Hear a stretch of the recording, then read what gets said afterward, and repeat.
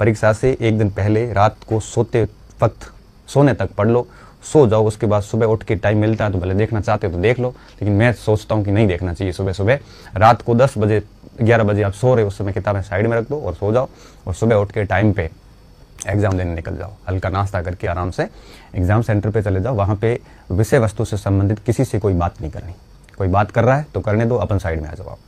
फिर पूरी चेकिंग वोकिंग होके अंदर जाओगे, और अंदर जाने के बाद में अच्छे से पानी वानी पी लो, वॉशरूम जा लो, उसके बाद में वापस टेबल पे बैठ जाओ, और उस समय अपने आराध्यता देव जो भी है, आप जिसको भी मानते हो उनको याद करो, माता पिता को याद करो, अपनी तैयारी के दिन याद करो, अपनी मेहनत की उसको याद करो। फिर वो मार्कशीट आएगी, उसको बड़े शांत चित्त से भर लो। कई बार वो मार्कशीट भरने में गलती कर देते हैं, वो पूरी फॉर्मेलिटीज़ जो है वो मार्कशीट में रोल नंबर वगैरह सारी चीज़ें एक एक देख के अच्छे से भर लो। फिर पेपर दे देंगे, और पेपर देने के बाद में फिर आप अपना काम शुरू कर दो। इधर उधर देखने की ज़रूरत नहीं है, और परीक्षक से लड़ना झगड़ना विक्षक से नहीं करना, क्योंकि इससे आपका ही दिमाग खराब होगा। ठीक है, फिर जब पेपर स्टार्ट हो जाता है तो देखो क्या होता है ना कि हमारे पास खूब टाइम होता है। ठीक है, हालांकि कुछ सब्जेक्ट के लिए टाइम की कमी रहती है, कुछ सब्जेक्ट के लिए टाइम खूब होता है, कई सारे तरीके हैं। ठीक है, अब आप क्या करो, देखो मेरा एक रूल्स है, हो सकता है कि मैं ये बातें बता रहा हूँ, ये बातें हर किसी के लिए लागू ना हो, लेकिन मेरा जो व्यक्तिगत अनुभव है वो मैं आपसे साझा कर रहा हूँ। आप भी फॉलो कर सकते हो, आप इसको मॉडिफाई भी कर सकते हो। ये किया जा सकता है कि कभी भी, मैं हमेशा कहता हूँ आपको कि जब पहला प्रश्न देखो तब पहला ही करो, दूसरा देखो ही मत। स्टूडेंट क्या करता है, सारी प्रश्न देखने शुरू कर देता है, तो सभी प्रश्न जो है वो एक साथ मत देखो। क्यों? क्योंकि अगर आपने देख ली और बीच में 1-2 प्रश्न ऐसे जो आपने नहीं सुने हुए, तो आपके पूरे 2 घंटे में दिमाग में सवाल घूमते रहेंगे। मैं जब भी पेपर करने जाता था तो सबसे पहले क्या करता था, पहला प्रश्न देखा, पहले प्रश्न देखता था, दूसरा करता भी नहीं था, देखता भी नहीं था दूसरे में क्या है। पहले पर पूरा टाइम दिया, उसको कर लिया, आ रहा था नहीं आ रहा था देख लिया। मान लो कि चारों विकल्प नहीं आ रहे थे, अब अगर चारों विकल्प नहीं आ रहे हैं तो फिर मैं क्या करता था, चारों ही विकल्प नहीं आ रहे, अपने को कोई आइडिया नहीं है, जब चारों विकल्प का कोई आइडिया नहीं है तो मैं उसको ऐसे लाल घेरा कर देता था, उस प्रश्न पे मैं वापस समय नहीं खराब करूंगा। अगर 3 विकल्प नहीं आ रहे हैं,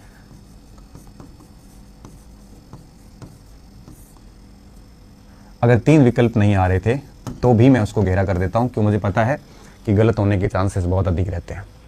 बस ये 2 ही छोड़ता हूं। अगर चारों विकल्प नहीं आ रहे हैं, अगर तीनों विकल्प नहीं आ रहे, भले 100 में से 30 छूटे तो छोड़ दूंगा। क्यों? क्योंकि फिर उसका मतलब पेपर बहुत टफ है। अच्छा, अब 2 स्थितियां और रहती है। अगर 2 विकल्प आपको बैठ रहे हैं तो मैं डेफिनेटली करता हूं, और बाकी तो खैर करना ही है। 1 विकल्प वाला और 2 विकल्प, ये 2 प्रश्न तो मैं डेफिनेटली करता हूं, और 3 और 4 विकल्प नहीं आ रहे हैं वो मैं छोड़ देता हूं, क्योंकि यहाँ असभ्य तुक्का लगाना घातक हो सकता है। अब 1 या 2 विकल्प में अगर 150 के 150 प्रश्न ऐसे हैं जिसमें या तो मुझे कन्फर्म आ रहे हैं या 2 में मैं कंफ्यूजन में हूं, मैं सारे कर लेता हूं। लेकिन अगर 3 विकल्प नहीं आ रहे हैं, 4 विकल्प ही नहीं आ रहे हैं, तो मैं छोड़ देता हूं। तो सबसे पहला मेरा ये रहता है कि मुझे करने कौन से, छोड़ने कौन से। मैं अपने आप में श्योर रहता हूं मुझे छोड़ना कौन सा और करना कौन सा है। अगर प्रश्न ऐसा आया जिसमें चारों विकल्प नहीं आ रहे, मैं रेड पेन घुमा देता हूं, और यकीन मानिए 150 में से 10 एक सवाल ऐसे होते हैं, तो 10 एक सवाल तो रेड मार्क करके निकल गए, पीछे बचे 140। 140 में से 5-6 सवाल ऐसे होते हैं जिनमें तीनों विकल्प का कोई अंदाजा नहीं है, उसको छोड़ दिया, 15 प्रश्न छूट गए। ठीक है, 15% का क्या मतलब हुआ? 15% का मतलब हुआ आपके लगभग 90%।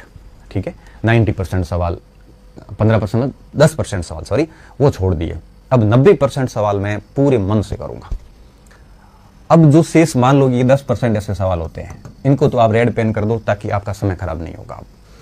अब इनमें से भी कई ऐसे सवाल होते हैं जो ललचाते हैं, कर ले, लेकिन मैं ऐसा कहता हूं मत करना। क्यों? क्योंकि अगर आइडिया नहीं है तो गलत करने से बेहतर है अपना समय यहाँ दे दो। अब 90% सवाल ऐसे होते हैं जो 1 या 2 विकल्प में से होते हैं। 1 विकल्प वाला तो हाथों हाथ सही हो जाता है, ठीक है, उसमें ज़्यादा दिक्कत होती नहीं।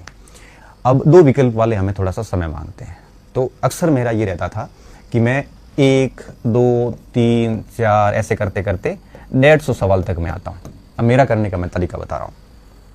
अब मैं हमेशा यही करता हूँ कि जैसे देख लिया मैंने, जैसे मान लो कि हिस्ट्री है, हिस्ट्री का जैसे मान लो पहले प्राचीन भारत के सवाल आए 25-30 सवाल जो भी, तो प्राचीन भारत के 25-30 सवाल आए, या फिर ऐसे भी आ सकते हैं कि स्टार्टिंग में मैंने 25 सवाल जो है या 30 सवाल पहले के अटेंड किए बढ़िया, और उसके मैंने बबल्स कर लिए बस। क्यों? क्योंकि दबाव कम पड़ जाता है कि 30 हो गए हैं, पीछे 120 ही बचे हैं, ठीक है। फिर अगले 30, अगले 30, अगले 30, ऐसे करके 30, 30, 30, 30, 150 कर लिए। अब 150 में से 10% तो रेड पेन पे निकल गए, मान लो ये 30 है, तो 30 में से मान के चलिए 4 या 5 सवाल आपके लाल घेरे के हो जाते हैं, मतलब छूट जाते हैं, पीछे 25 ही बचते हैं। 25 में से आपने एक विकल्प वाले लगभग 18 ऐसे सवाल होंगे, तो वो आप सीधे सही कर देते हो और उसके गोले भर दो। अब इसमें से मान लो 4 या 5 ऐसे बचे जो 2 विकल्प में सोचने की आवश्यकता है, उस पर टिक मार्क करके रख दो, क्योंकि उसके ऊपर अपन बाद में समय और देंगे। फिर दूसरे 30 में भी यही, तीसरे 30 में भी यही, चौथे 30 में यही, पांचवें 30 में यही। तो 530 30 सवाल किए ना, तो उसके बाद स्थिति ये आई कि 5 बार ये लगभग 15-20 सवाल तो रेड मार्क से 15 सवाल निकल गए, ठीक है। और अब 15 सवाल निकल गए, मान लो 150 सवाल है ना, तो 135 सवाल जो है उसमें से 15 सवाल तो बिल्कुल हमने छोड़ दिए। अब पीछे 135 बचे, 135 में से लगभग 100 सवाल ऐसे होते हैं जो हमने एक विकल्प में सही कर दिए, लगभग 100 के आसपास सवाल। ये मैं इतिहास की बात कर रहा हूँ, गणित की नहीं कर रहा हूँ, हो सकता है वहाँ मामला कुछ अलग हो, 80 भी हो सकते हैं, 90 भी हो सकते हैं, ठीक है। अब 30-35 प्रश्न ऐसे बचे हैं जो डबल विकल्प में हैं, अब सोचने की आवश्यकता है। फिर मैं उसको वापस लाता हूँ, पेपर को पहले प्रश्न से शुरू करता हूँ, ओ मार्कशीट को देखता हूँ, ये 8वां छूटा हुआ, सीधा 8वें प्रश्न पे जाता हूँ। ओ मार्कशीट में 8वां प्रश्न खाली है, देखा 8वां खाली, 8वें प्रश्न पे जाता हूँ, उसको वापस पढ़ता हूँ, 2 में से कौन सा विकल्प मुझे ज़्यादा ठीक लग रहा है उनको मैं कर लेता हूँ। फिर देखा 16वां छूटा हुआ, फिर वही ओ मार्कशीट में देखता हूँ, क्योंकि पेपर में ऐसे चेक करेंगे ना तो समय लग जाता है। ओ मार्कशीट में चेक करो कि कौन सा खाली रहा होगा, फिर देखा 16वां खाली है, सीधे 16वें पे जाओ, 16वें को ठीक से चेक करो। जैसे ही आप 16वें को चेक करोगे आपको लगेगा कि हाँ ये किया जा सकता है, फिर मन नहीं मान रहा है तो छोड़ सकते हो, लेकिन मेरा ये मानना है कि 2 विकल्प वाले हम ऐसे छोड़ नहीं सकते, ठीक है। फिर रिस्क कुछ तो लेनी पड़ेगी। ऐसे करते करते ओ मार्कशीट के अंदर वो 15-20 सवाल थे, वो भी हमने लगभग भर दिए। अब हमारा पेपर ऑलमोस्ट हो गया है, पीछे अब समय भी ज़्यादा नीचे इस बचेगा। जल्दबाजी बिल्कुल नहीं करते, ठीक है। मान लो कि 2.5 घंटे का पेपर है, तो 2.5 घंटे का पेपर है, मतलब 150 मिनट है, तो हर भाग को आधा घंटा दे दो आप आराम से। तो पहली बार निकलोगे तो ऐसे 20-20 मिनट में हो जाता है, मतलब जैसे एक घंटे सवा घंटे में पेपर हो जाता है, 1-1.5 घंटे में हो जाएगा। फिर आधा घंटा पीछे उन कन्फ्यूजन वाले सवालों को दे दो। तो इससे क्या होता है कि फिर लास्ट में 15-20 मिनट ओ मार्कशीट वापस देख लो कि छूटे कौन कौन से, फिर छूटे हुए ये 15 सवाल ही होते हैं, ठीक है। वो वापस चेक कर लो कि क्या फिर इनमें कोई गुंजाइश है करने की, नहीं गुंजाइश है तो छोड़ दो फिर। तो इस तरह से आप ओ मार्कशीट को हैंडल किया करो, 30-30 के कर लो, ठीक है। 5 भागों में पेपर बांट लो। जैसे फर्स्ट पेपर है तो फर्स्ट में आप, जैसे हिस्ट्री है, पहले 15 सवाल आ गए, तो पहले 15 बढ़िया तरीके से अटेंड करके और उसके बबल कर लो। फिर जैसे मैनेजमेंट आया, उसके 15 सवाल आएंगे, उसको अटेंड करके उसके बबल्स कर लो। कन्फ्यूजन वाले हैं उसको छोड़ दो, नहीं आ रहे रेड पेन कर दो। फिर जैसे जो भी हिंदी आई उस हिसाब से पहले 75 तक आ जाओ, फिर रेड पेन वाले तो अलग कर दो। फिर जो आपके छूटे हुए हैं 2 विकल्प वाले, वो ओ मार्कशीट में देखो कौन सा प्रश्न छूटा हुआ है, उस प्रश्न को आप है वो वापस समय देके ठीक से करना शुरू कर दो, फिर वो बबल्स भर दो। फिर लास्ट में 5-7 मिनट फिर ओ मार्कशीट को देखो कौन सा प्रश्न और छूटा हुआ है, फिर उसमें से आपके यही छूटे हुए आएंगे, कौन से, रेड पेन वाले। फिर रेड पेन वाले जो छूटे उसको फिर से देखो क्या इनमें कोई गुंजाइश है करने की, लग रहा है कि नहीं 4 और 3 विकल्प नहीं आए तो फिर छोड़ दो। थोड़े स्ट्रिक्ट रहो, मन पर नियंत्रण बहुत ज़रूरी है, ज़्यादा करने के चक्कर में बाहर हो जाते हैं, ठीक है। असभ्य तुक्के ना लगाएं, सभ्य तुक्के जरूरी है। सभ्य तुक्के मतलब 2 विकल्प में जब बात आती है तो वो सभ्य तुक्का होता है, इधर यह असभ्य तुक्के बिल्कुल ना लगाएं। इस तरह से पूरा पेपर करें। अब एक चीज़ और भी है यहाँ पे, अगर आप कंफ्यूज होते हैं चीज़ों में, है ना, तो उसमें क्या कर सकते हैं हम,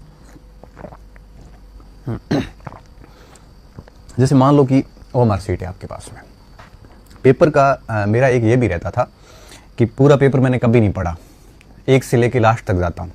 जैसे पहला प्रश्न आया, मुझे नहीं पता दूसरा प्रश्न क्या है, मैं प्रवेश पत्र मेरा पेपर प्रश्न के 4 विकल्प पे रख देता था, प्रश्न पढ़ के मेरे दिमाग में सीधा उत्तर आ जाता। अगर आ जाता तो मैं नीचे देखता वो पढ़ा है तो मैं कर लेता, फिर उसको चेंज नहीं करता, क्योंकि अक्सर जब हम दूसरी बार प्रश्न करते हैं ना तो गलतियां करते हैं। इसलिए मैं कह रहा हूँ कि साथ साथ में 30 प्रश्नों को साथ साथ में भरते जाओ, क्योंकि दोबारा पढ़ना शुरू करोगे ना तो एक तो समय ज़्यादा लगेगा, दूसरा हम कई बार उत्तर चेंज करके गलत कर देते हैं। तो पहली बार जो दिमाग में आया वो बेस्ट आंसर निकलता है। फिर मैं देखा कि पहला प्रश्न मैंने पढ़ा, पढ़ते ही मेरे दिमाग में विकल्प आ गया, मैंने प्रश्न पत्र हटाया, 4 में से एक विकल्प पढ़ा था, मैंने कर लिया उसको बस, ठीक है। फिर मैंने दूसरा देखा, दूसरा सवाल देखा तो मुझे उसके प्रश्न पढ़ने के बाद मेरे दिमाग सुन कुछ भी नहीं आ रहा, 4 ऑप्शन देखे, 4 नहीं सुने, रेड कर दिया बस। तीसरा प्रश्न देखा तो प्रश्न तो पढ़ा हुआ है, आया कि सुना हुआ तो है, लेकिन विकल्प दिमाग में नहीं आ रहा है।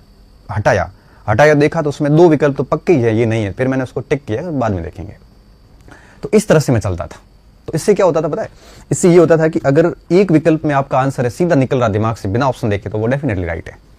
तो एक तो मैं ऐसे चलता था, और 2 विकल्प में आता था टिक कर देता था। तो ऐसे करते करते 150 तक आ जाते, पता भी नहीं चलता।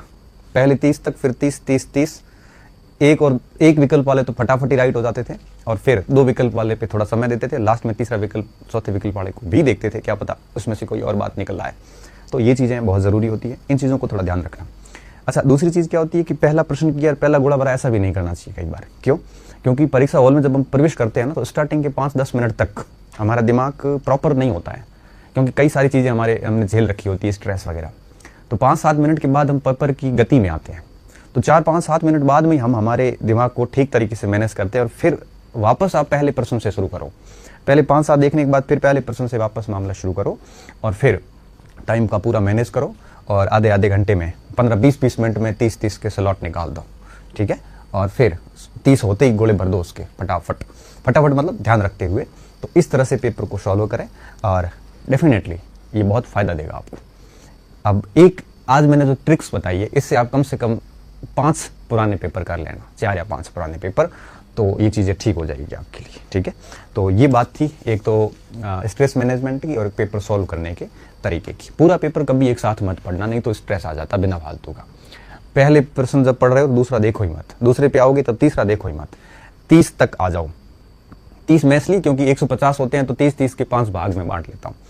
100 सवाल होते हैं तो 20-20 के कर लो, 50 सवाल हैं तो 10-10 के कर लो। तो थोड़ा क्या होता है कि दिमाग पे स्ट्रेस नहीं रहता, दबाव नहीं रहता। लास्ट में कई बार बच्चे पेपर पूरा कर लेते, गोले नहीं भरे जाते, जल्दबाजी करते हैं लास्ट में। तो इस प्रकार की गलतियां नहीं होनी चाहिए, इसलिए 5 भागों में सवालों को बांट लेते हैं हम, तो टाइम मैनेजमेंट है वो प्रॉपर बना रहता है, ठीक है। तो इन चीज़ों को आप अनुसरण करना, डेफिनेटली आपको फायदा होगा। मेरी शुभकामनाएं आपके साथ रहेगी।